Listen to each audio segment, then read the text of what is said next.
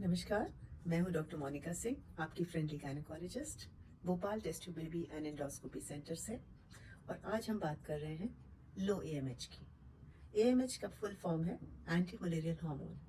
Anti malarial hormone या AMH एक ऐसा हार्मोन है जिसका लेवल आपके ब्लड में जो पाया जाता है उसके बेसिस पर आपकी ओवरीज में एग बनते हैं। तो जिन लेडीज का पीरियड चला जाता है और एग बिल्कुल नहीं बनते, उनका एएमएच ना के बराबर जीरो के पास आ जाता है, बहुत कम पॉइंट्स में आ जाता है, एकदम जीरो तो नहीं होता। और ये एएमएच हार्मोन मेल्स में भी पाया जाता है, उसकी इंपॉर्टेंस अलग है। लेकिन जब फीमेल्स में एएमएच की बात करें तो लो एएमएच का ऐसा टर्म है जो कि थोड़ा लूजली यूज होता है। तो पेशेंट घबरा जाता है सुन के, उसके पास एक एएमएच की रिपोर्ट आती है, उसमें नॉर्मल वैल्यू है, हाई वैल्यू है, लो वैल्यू है। वो वैल्यू देख के घबरा जाता है, अपने डॉक्टर से पूछता है लो एएमएच क्या है, ऐसा क्या हो गया है, हम कंसीव करेंगे या नहीं। तो रिमेंबर, लो एएमएच की वैल्यू ये बात को दर्शाती है कि आपका एक पैरामीटर प्रेगनेंसी होने के लिए या फर्टिलिटी के लिए लो है। लेकिन आपके पास दो चीज़ें और हैं जो बहुत इंपॉर्टेंट है ये जानने के लिए कि आप प्रेग्नेंट होंगे या नहीं। Number one, age of the female. Age of the female सबसे इंपॉर्टेंट पैरामीटर है। लो एएमएच अगर 30 साल की महिला को है या 32 साल की महिला को है, वो इतना डेंजरस नहीं है जैसे जितना कि लो एएमएच 38 साल में या 40 साल में। बिकॉज जैसे जैसे लेडीज की एज बढ़ती है, महिलाओं की उम्र बढ़ती है, वैसे वैसे एग क्वालिटी भी कम हो जाती है। तो अगर लो एएमएच है लेकिन महिला की उम्र 35 से कम या 34 से कम या 32 से कम है, तो फिर भी उसको लो एएमएच के साथ अच्छे ओवेरियन फॉलिकल्स या एग्स मिल सकते हैं। यही एग्स अगर लो नंबर या कम नंबर के एग्स ज्यादा उम्र की महिला को मिले, 38-40, तो रिजल्ट्स पुअर होंगे। बिकॉज ना केवल ये एग्स मात्रा में कम है, नंबर में कम है, प्लस क्वालिटी में भी कम है। क्वालिटी कैसे डिक्रीज होती है? एएमएच की वजह से क्वालिटी नहीं डिक्रीज होती। एएमएच की वजह से तो सिर्फ पता चलता है कितने फॉलिकल्स बनेंगे या कितने एग्स मिलेंगे। क्वालिटी अंडाणु की डिमिनिश होती है महिला की उम्र से। तो जैसे जैसे हमारी एज बढ़ती है, महिला की एज बढ़ती है, वैसे वैसे एग क्वालिटी कम होती है। इसीलिए आपने सुना होगा ज्यादातर की उम्र में, ज्यादा उम्र में कंसीव करने से कई बार बच्चे में जन्मजात त्रुटि भी मिल सकती है, कंजेनिटल डिफॉर्मिटी या एब्नॉर्मैलिटी मिल सकती है, लाइक डाउन सिंड्रोम। ये इसलिए बिकॉज एक खराब क्वालिटी का एग एक स्पर्म के साथ फर्टिलाइज होके बच्चा बना जो कि कंजेनिटल डिफॉर्म निकला।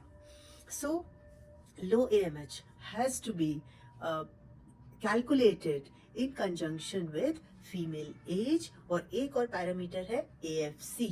आपने सीख लिया AMH क्या है, आपने जान लिया महिला की एज क्या है, अब हम जानते हैं AFC क्या है।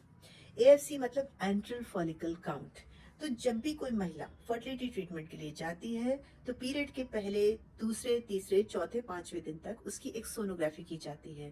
कायदे से ये होनी चाहिए ट्रांस वैजिनल सोनोग्राफी, मतलब अंदरूनी सोनोग्राफी, बिकॉज ये ओवरीज के पास जाके आपको एक्स क्वालिटी बताती है।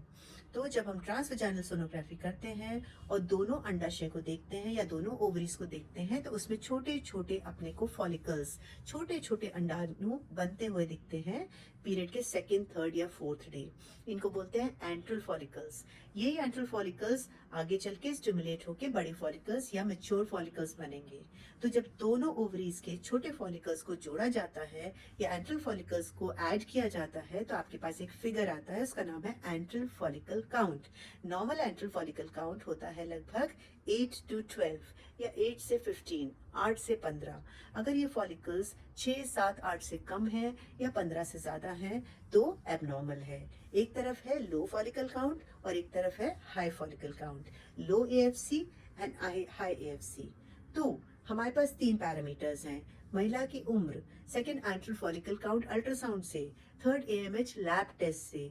जब ये तीनों चीजें मिलकर एक सिनिस्टर फिगर देती हैं, एक सॉर्ट ऑफ वरीसम फिगर देती हैं जिससे आपको चिंता होती है, वो फिगर है ज्यादा पेशेंट की उम्र, महिला की उम्र ज्यादा 35 से ऊपर या 36 से ऊपर, एएफसी का कम होना और एएमएच का कम होना। महिला की उम्र ज्यादा होना, एएमएच का कम होना, एएफसी का कम होना, ये तीनों मिला के आपको देते हैं poor result in ART, assisted reproductive technologies, जिसमें आता है IUI, IVF और ICSI। और यही चीज़ें अगर महिला की उम्र कम है, लेस देन 35, अगर AFC अच्छा है और AMH भी अच्छा है तो आपकी फर्टिलिटी अच्छी होगी। ये थोड़ा सा ज्ञान AMH के बारे में। तो सिर्फ AMH की रिपोर्ट देखकर कोई निर्णय पे मत पहुंचिए।